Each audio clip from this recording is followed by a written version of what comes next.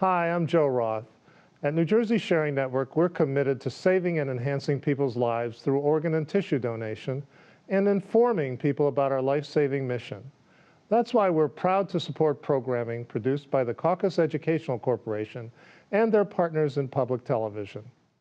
Funding for this edition of One-on-One with Steve Adubato has been provided by TD Bank, New Jersey Sharing Network, dedicated to saving lives through organ and tissue donation. New Jersey Resources, Horizon Blue Cross Blue Shield of New Jersey, the New Jersey Reentry Corporation, Adler Aphasia Center, helping stroke and brain injury survivors recover their speech. And by the New Jersey Office of the Insurance Fraud Prosecutor. Insurance fraud costs New Jersey families $1,300 a year. Promotional support provided by New Jersey Family Magazine and NJFamily.com. And by HipNewJersey.com. Live hard, work hard, play hard. You're from New Jersey, and so are we. This is One-on-One. I'm an equal American just like you are. The jobs of tomorrow are not the jobs of yesterday. Look at this. You got this? Here it is, man. Look at that. Life without dance is boring. When you first heard that they were doing Charlie Rose and Gayle King, didn't you go, what? Do you enjoy talking politics? No. People call me because they feel nobody's paying attention. Our culture, I don't think, has ever been tested the way it's being tested right now. That's a good question. High five.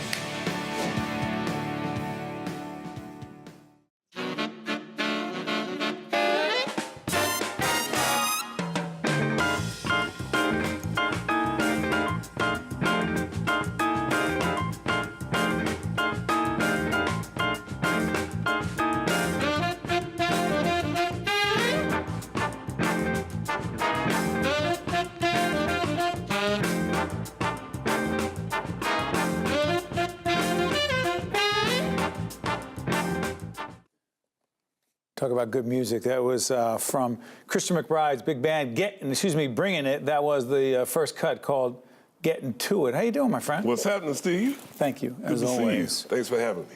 Real quick, before we talk about a whole range of things, we have a lot to catch up with you on. Yes. Tell us about the CD. That came out just 2 weeks ago now. No, I'm sorry.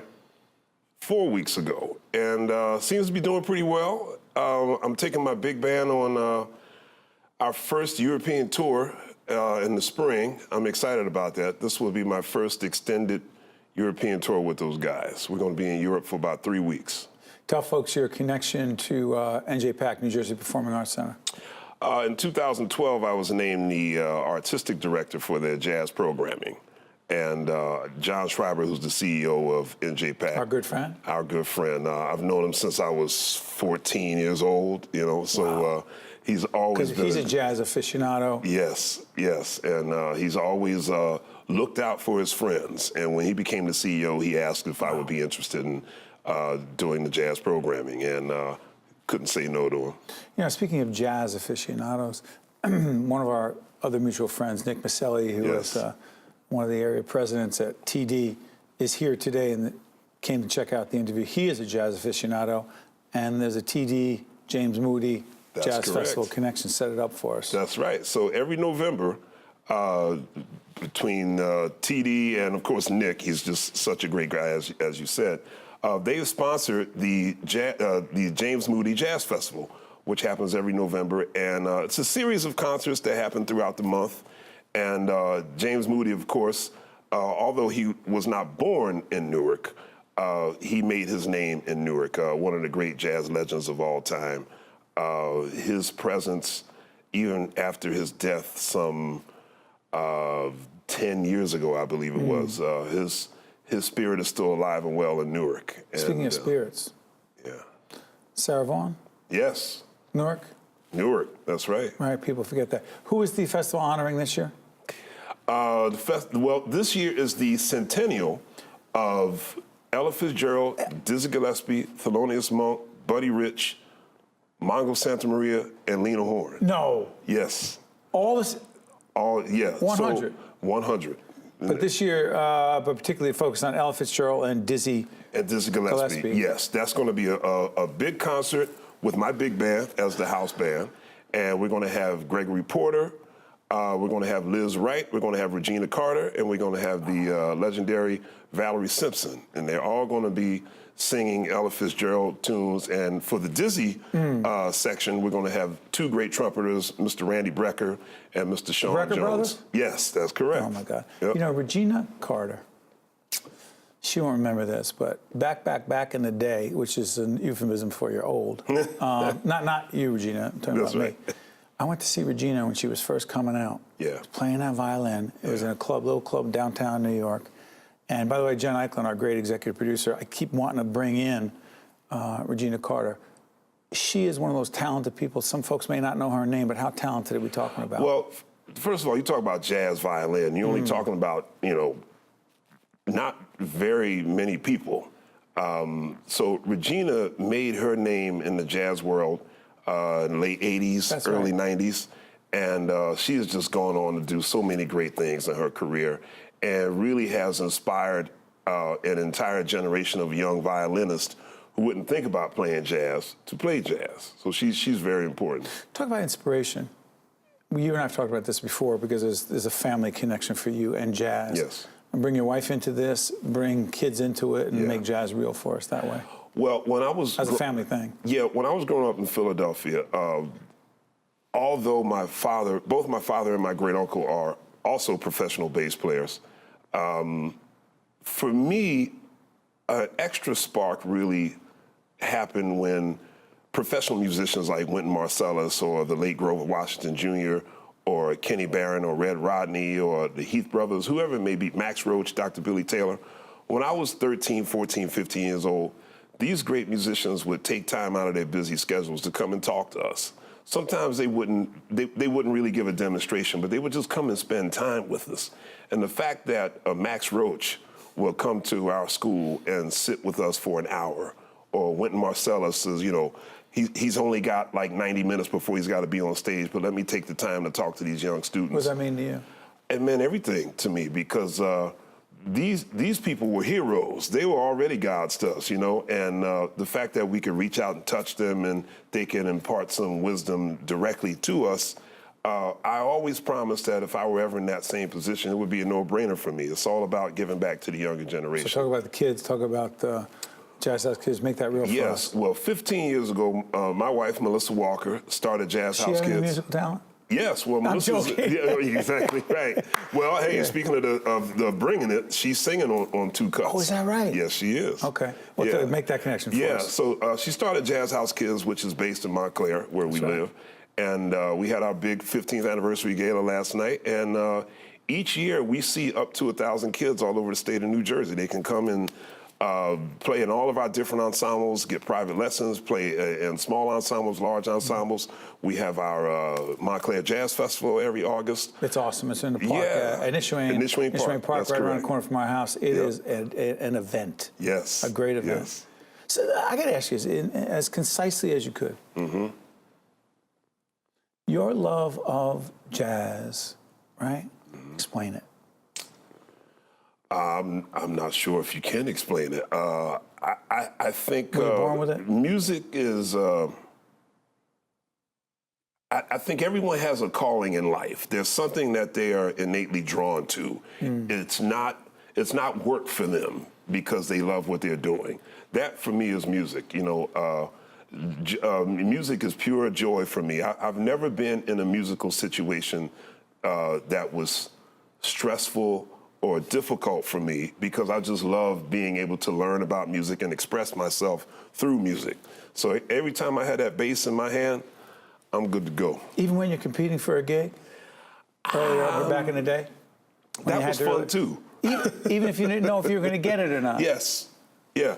Well, because I think even early in my career, I always did as much preparation as I could to not have to worry about not getting a particular kind of gig. If I tried out for this gig, I'm sure I can get this one. Because somebody saw you. Exactly. Somebody heard you. Yeah. So Putting the work in was that was always fun for me. Has not worked for you? Never. It's never been. Well, I mean, getting up and go to airports at 4 or 5 o'clock in the morning, you know, taking 2 planes and a bus ride to get to the gig. Yeah, that's. Let me try this. I didn't give you a chance to talk a little bit more about it at the James Moody, TD James Moody Jazz Festival. Who else we got performing? Oh, man, we got a whole bunch of great people coming. We have the great Diane Reeves coming this year. We have a great legendary guitar night with John McLaughlin and Jimmy Herring. And, of course, that Ellen and Dizzy tribute. And so much stuff Valerie going on. Amazing. Yes. Nick She still Ashford sounds and great. Valerie. That's right. She's got a place up in Harlem. Well, no, I'm sorry. It's on 72nd Street. Right. Yeah, the Sugar Bar. My son, Stephen, who watches all the time, his favorite Sugar Bar, he goes there, people go there, sing and perform, and it is a special place. Yes. Sugar Bar reminds me of the place where I got my training as a young musician was a place called Bradley's, which was on University Place. And in Newark? No, in Greenwich Village. And Bradley's? Yes. And Bradley's was the one place I could think of, sort of like the Village Vanguard, where all the great legends and all the up-and-comers would be in the same place. And so all the older guys would be in the audience listening to us, listening to the young guys like, you know, checking it out. Let me talk to you after the set. You played some wrong notes there. By the way, real quick, before I let you out here, the degree to which music, particularly jazz, can bring us together in a time where we're so divided is... Oh, boy. Loaded question. Music is... I've always thought musicians have made the best world ambassadors because you can't be upset at any point with music, you know, because it very much brings to light what we share in common, not what we aren't on the same page about. Yeah. It shows our similarities. Real quick, where can people hear you on the radio? Oh, man. Jazz Night in America, which comes on WBGO. Comes on Friday and I'm sorry. Check it out. Yeah. Jazz Night in America and also Sirius XM, The Lowdown, Conversations with Christian on Saturday afternoons. 2 great platforms. Thank you, Christian. Thank you, man. Good to see you, As always, Steve. appreciate it. Thanks for having me. See you in town. Yes, sir. We'll be right back right after this. To watch more One-on-One with Steve Adubato, find us online and follow us on social media. Hi, I'm Neve and I have cancer. Having cancer is not fun. Instead of going to school, playing soccer, and being with my friends, most days I'm in the hospital receiving chemo. I maybe finish my chemo in December. But the side effects will last a lifetime, and that makes me sad. It's so important that we find a cure for cancer. No child should have to go through this. Children need to have a chance at life, and cancer steals that from us. Everyone in my family has been affected by cancer, but we get through this together. Powerful stuff, and the gentleman you're about to meet, Jon M. Fitzgerald, President and Chief Development Officer, Hackensack University Medical Center Foundation. Good to see you, buddy. Hey, thank you. Tell everyone about the 9-year-old young lady. Wow. Neve. She's one of our patients, one of our success stories. But she was at the press conference for National Tackle Kids Cancer Giving Day.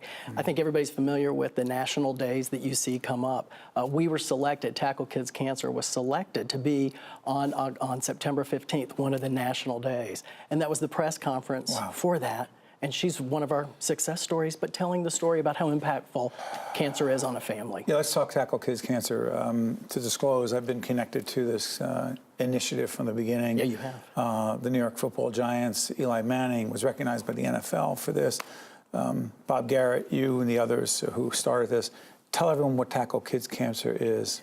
Well, Tackle Kids Cancer really is our first cause branding initiative that we launched with the New York Football Giants. I remember. Eli Manning is our coach. We've had a long partnership with the Giants. And about 3 years ago, they said, what can we do to really have an impact on the work that you're doing? So we said, listen to us about pediatric cancer and the importance of research to find a cure for pediatric cancer. I don't know if your viewers know, but every 3 minutes, a child is diagnosed with cancer. The average age is 6. 1 in 8 do not survive.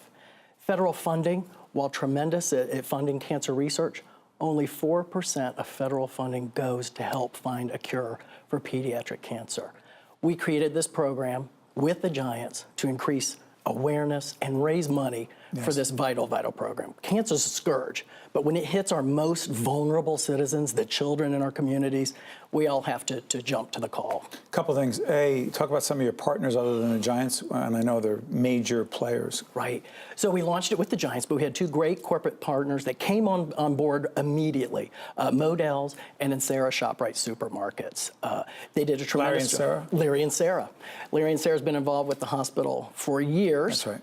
And is president of the foundation board, and has one of those great community citizens that always says yes. So it's funny, John, people don't realize how much money, you have to raise a lot of money to run this campaign.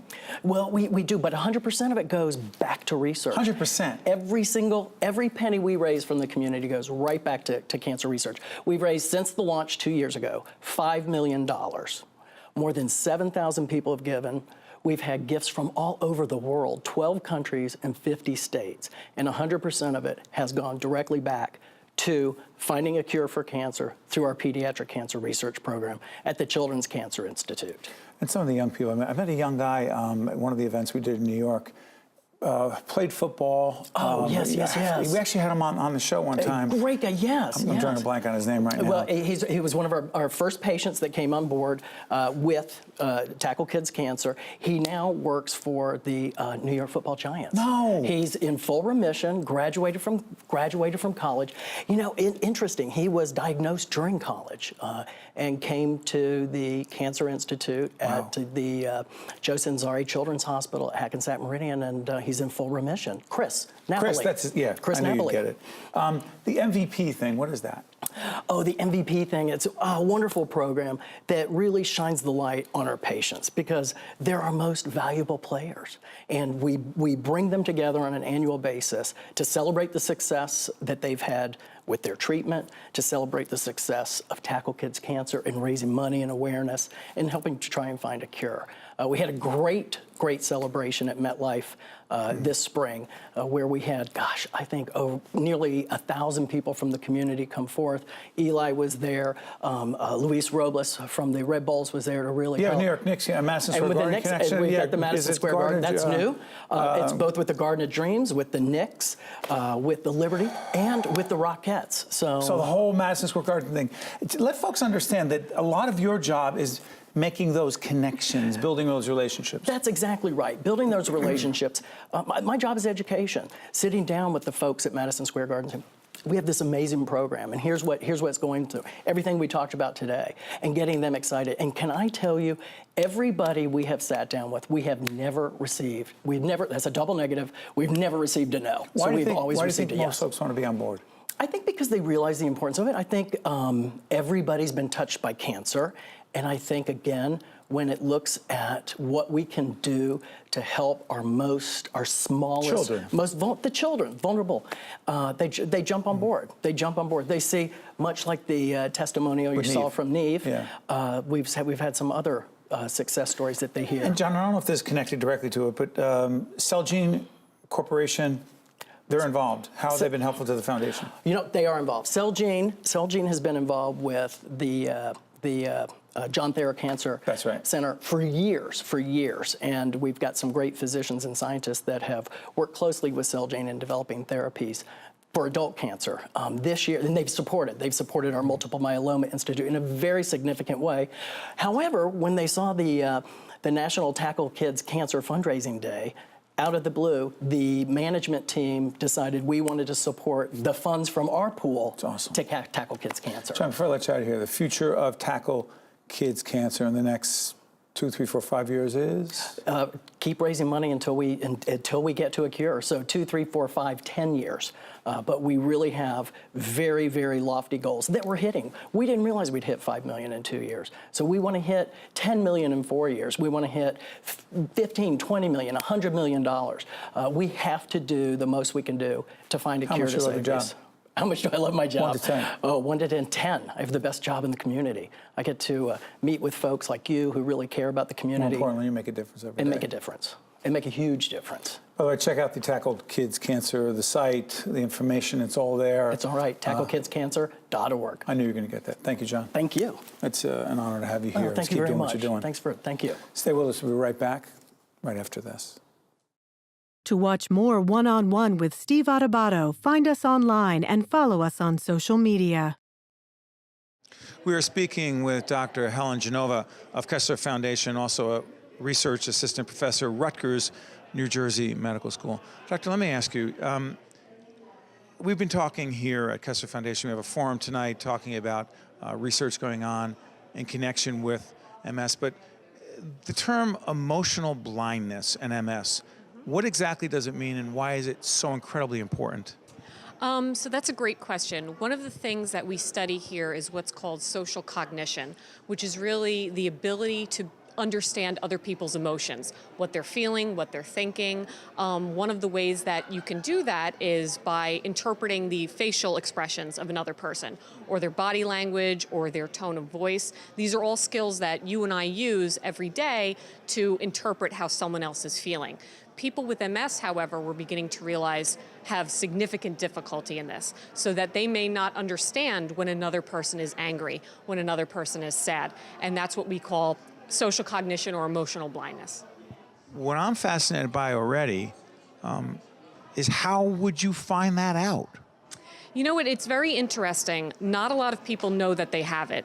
What people with MS may be aware of is that they're having interpersonal issues. So for example, someone may come home and feel like their husband doesn't understand them, or that they're having trouble connecting to their best friend in the way that they used to.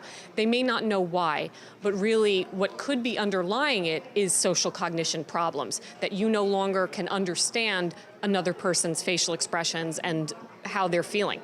So what I'm fascinated by is, and what I'm sure a lot of people are wondering right now, is if someone who's dealing with MS is experiencing a lot of what you're talking about, this quote-unquote emotional blindness, how would they in fact be able to communicate that to those around them if A, they don't know they have it, and B, they're limited in their ability, or his or her ability, to communicate such a thing? Sure. That's a great question. I think that what we're trying to do here at Kessler is raise awareness of this problem, because people may not know that they have it. But if for family members and friends, I'm sorry for interrupting. Sure. Family members, friends, and for the patient themselves. Even the patients themselves may not realize that this is the specific thing that they're struggling with. So what we're trying to do is, with our research, raise awareness of the issue. Let people become aware, hey, it may not be something that I'm in control of. It may just be a cognitive ability that's impaired, similar to memory or processing speed in MS. This may be just an additional challenge that they have. And in order to help people with this issue, my colleague and I, Dr. Langenfelder, we have developed a 12-session intervention where people can come in and look at a computer and learn what different facial features what they are expressing, how an angry face may look, how a sad face may look, by breaking down parts of the face and better understanding what these facial expressions look like. So hold on, take us back a little bit. So a patient who has MS, yes, you would bring them in, you would start showing them images, and? So if they wanted to be a part in the study, what they would do is they would come in, and there's a 12-session computer program where they would come in, they would look at facial expressions, and they would begin to understand how different facial features make up different emotional expressions. So for example, they would learn what angry eyes look like, what a sad mouth looks like, and they would begin to better be able to understand and pay attention to those facial features when interacting with other people. Yeah, by the way, you talked about the fatigue. We're talking to a lot of your colleagues about this as well. What are the reasons for this extreme fatigue in, is it all or most of MS patients? So it is present in about 94% of people with MS. It's a huge problem with people who have multiple sclerosis. They feel just mentally exhausted at the end of the day. A lot of people study physical fatigue, but here at Kessler, we really focus on mental fatigue, which is just mental exhaustion. And it's one of the biggest reasons people stop working, stop going to school. They have trouble interacting with other people because they're just too tired to go out and to be with others. You don't mean that their bodies alone are tired. It's that their brain is tired? Yeah, so imagine physical fatigue would be sort of like when you feel after a long race. Mental fatigue is the feeling you feel after, for example, do you remember when you took your SATs? So after hours of a long, grueling test, you come back and you're just mentally done. That's kind of how they feel, but they feel that way all day. And so they feel that way much sooner than they used to. So it's really a significant problem and has a huge impact on their life. Doctor, finally, reasons to be hopeful, optimistic as it relates to future MS research. Sure. Well, I'm really proud of the work that we do here at Kessler Foundation. I think that we are constantly striving to test new treatments.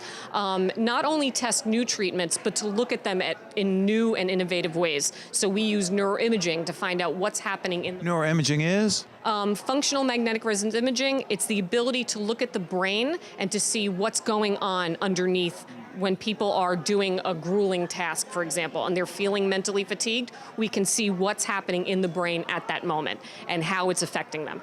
So finally, and you're optimistic because?